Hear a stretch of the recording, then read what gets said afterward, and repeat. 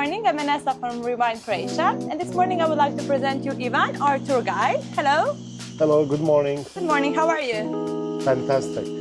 I had a great night's sleep. Okay. Sunny weather in Dubrovnik, and I'm ready for the tour. For the start, can you just please describe yourself a little bit? Oh, that's too many things to talk about. Something shortly. They usually tell me, oh, Ivan, that's a guy who wears many hats. As I do lots of things, I'm like guiding through the city of Dubrovnik and traveling the world. Pretty much every traveler who has been to over 130 plus something countries around the world. I do lots of travel photography for the bigger outlets. I work for some TV shows, and I like always to present Dubrovnik from the eyes of the local person. Do you like your job? Is it like your passion? You enjoy it?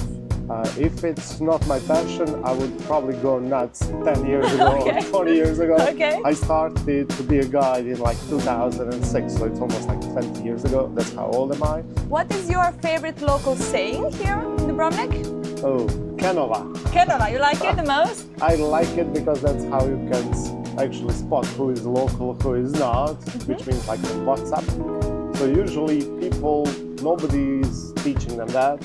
They usually tell you like, I know, živjeli, which is a great thing, like for cheers. Yes. But they don't know that we use a lot of that dialect, which is pretty Italian.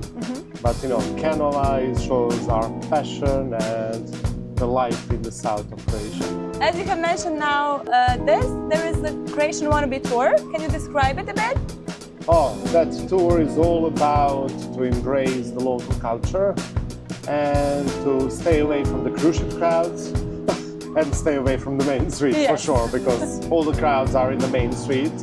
I don't know why, but people always say, oh, we didn't like Dubrovnik, it was too crowded. So like, sorry people, you did it wrong.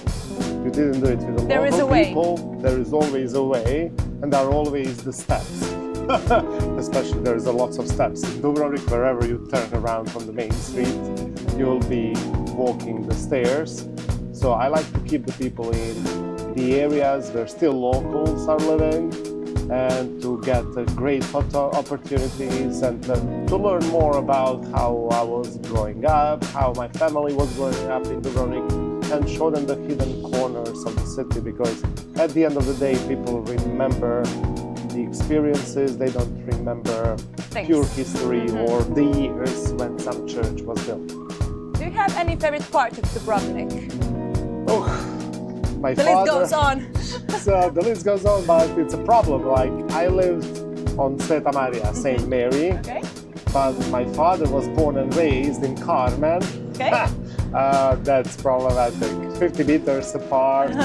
But it's so big antagonism going on, you know. Most of my life I spent on lower Buja. I will not call it Buja 1 or Buja 2. And all my friends were like on Buja 2, the higher one. And I never swam in my life on the higher one, and they never swam on the lower one. Really? Why? Because that's the thing. If your family is from Carmen, you will be on that one, you know. People who are like in lower parts, they will go to Porporella. So that's how I always tell people those interesting stories, how we learned there how to swim, how all the locals were taking care of us. And Dubrovnik is probably the safest place on planet Earth. I agree. Because our grandmothers are watching you, you know. It's Croatian CCTV. Wherever you go, in a side street, your mother knows that you are there. Somebody gives her a call. Yes. If you have like one message for the guests who are visiting Dubrovnik for the first time, do your research, book directly through the local website, and enjoy the ride. And for the end, if you can invite the guests from like your perspective to come here to visit us. So you should always visit Croatia any time of the year. Any time of the year is a great time of the year to visit it. If you don't like Croatia, you are wrong.